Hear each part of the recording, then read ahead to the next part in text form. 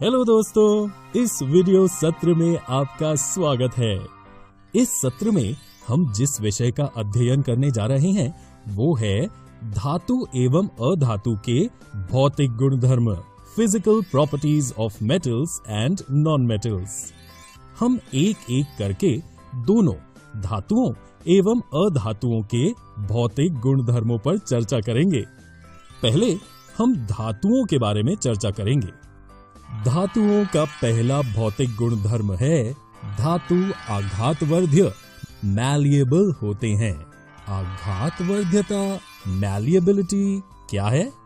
धातुओं को पीटकर पतली चादर बनाया जा सकता है। इस गुणधर्म को आघातवर्ध्यता, मैलिएबिलिटी कहते हैं। सोना तथा चांदी सबसे अधिक आघातवर्ध्य धातु हैं। एल्यूमीनियम फॉयल का उपयोग खाद्य पदार्थों की पैकिंग के लिए किया जाता है क्योंकि एल्यूमीनियम आघातवर्ध्य हैं और इसे पीटकर पतली चादरों के रूप में परिवर्तित किया जा सकता है। दूसरा गुणधर्म ये है कि धातु तन्य, डक्टाइल होते हैं। तन्यता, डक्टिलिटी का अर्थ क्या है?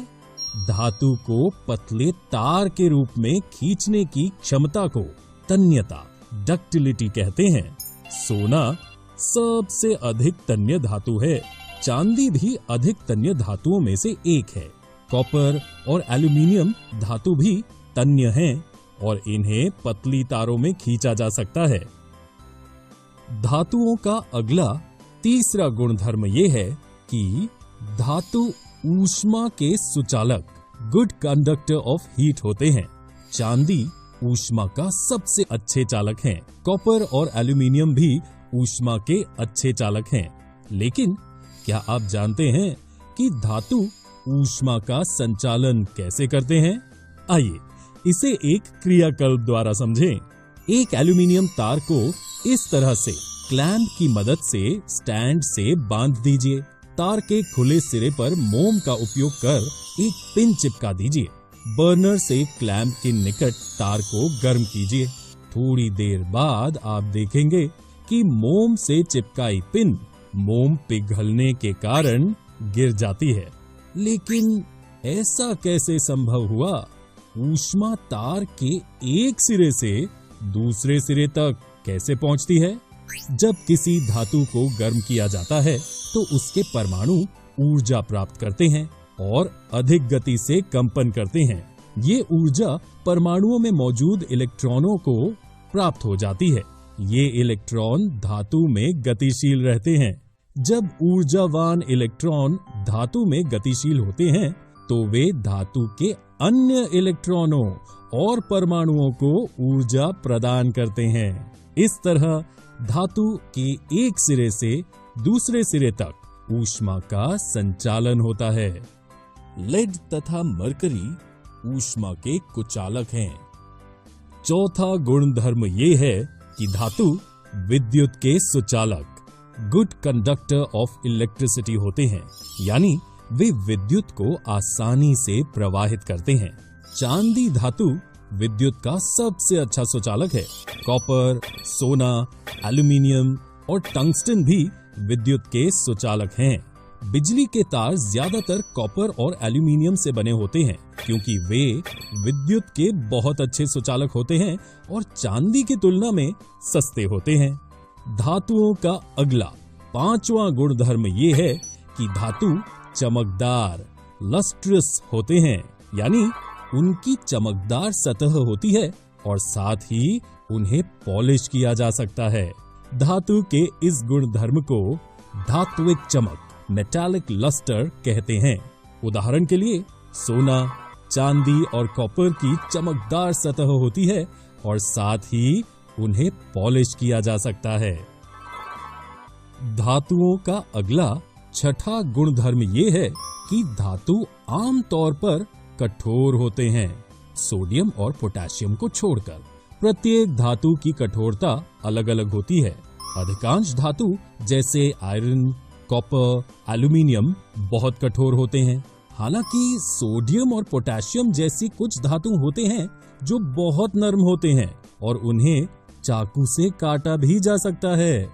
धातुओं का अगला सातवां गुणधर्म ये है कि धातु कमरे के तापमान पर ठोस सॉलिड होते हैं। पारे को छोड़कर जो कमरे के तापमान पर द्रव्य लिक्विड होती है। धातुओं का अगला आठवां गुणधर्म ये है कि धातुओं के गलनांक मेल्टिंग पॉइंट एवं क्वथनांक बॉइलिंग पॉइंट बहुत अधिक होते हैं। सोडियम और पोटेशियम को छोड़कर जिनके गलनांक एवं क्वथनांक कम होते हैं। उदाहरण के लिए आयरन का गलनांक 1535 डिग्री होता है, जिसका मतलब है कि ठोस लोहा पिघल जाता है और 1535 डिग्री के उच्च तापमान पर द्रव्य लोहे में बदल जाता है।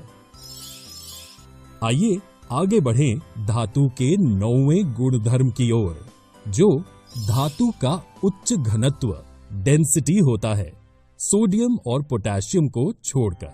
इसका मतलब है कि ये धातु भारी पदार्थ हैं।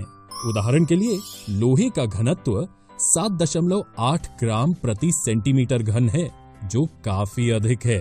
धातुओं का अगला और 10वां गुणधर्म है धातु ध्वनिक सोनोरस होते हैं। दोस्तों, क्या आप ध्वनिक सोनोरस का अर्थ जानते हैं?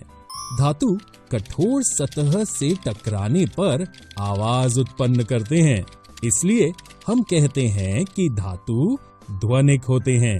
इस गुणधर्म के कारण है कि धातुओं का उपयोग घंटी और गिटार जैसे संगीत वाद्य यंत्रों के तार बनाने के लिए किया जाता है। आइए अब हम अधातुओं के भौतिक गुणधर्मों physical properties of non metals को देखें। अधातुओं का पहला गुणधर्म ये है कि वे न तो आघातवर्ध्य मैलिएबल हैं और न ही तन्य डक्टाइल हैं। वे भंगुर होते हैं, यानी वे आसानी से टूट जाते हैं। इसलिए ठोस अधातुओं को न तो पीटकर पतली चादर बना सकते हैं और न ही उन्हें तारों में खींचा जा सकता है।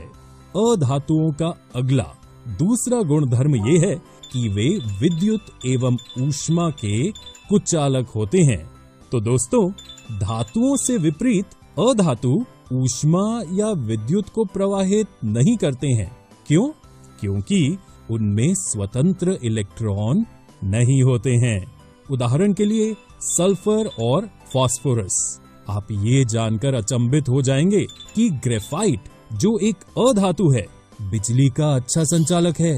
ये एकमात्र अधातु है जिसे स्वतंत्र इलेक्ट्रॉनों की उपस्थिति के कारण विद्युत को प्रवाहित करने के लिए जाना जाता है।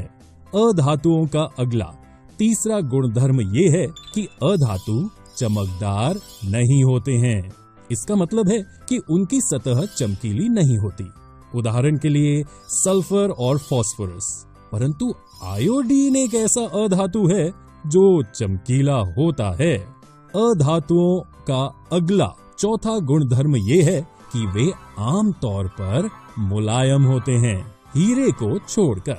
अधातुओं का पांचवा गुणधर्म ये है कि वे कमरे के तापमान पर ठोस, द्रव्य या गैस हो सकते हैं।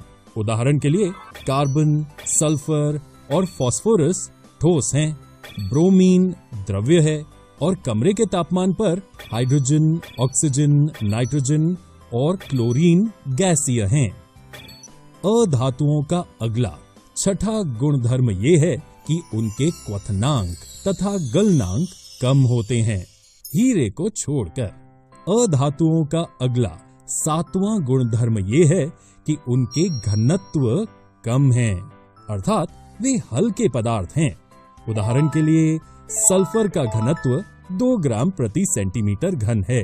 अधातुओं का अगला आठवां गुणधर्म ये है कि वे ध्वनिक नहीं होते हैं, यानी वे किसी वस्तु के साथ टकराने पर ध्वनि उत्पन्न नहीं करते हैं। इस वीडियो में हमने धातु एवं अधातु के भौतिक गुणधर्म physical properties of metals and non metals का अध्ययन किया। अगले वीडियो में हम धातुओं के रासायनिक गुणधर्म केमिकल प्रॉपर्टीज ऑफ मेटल्स का अध्ययन करेंगे।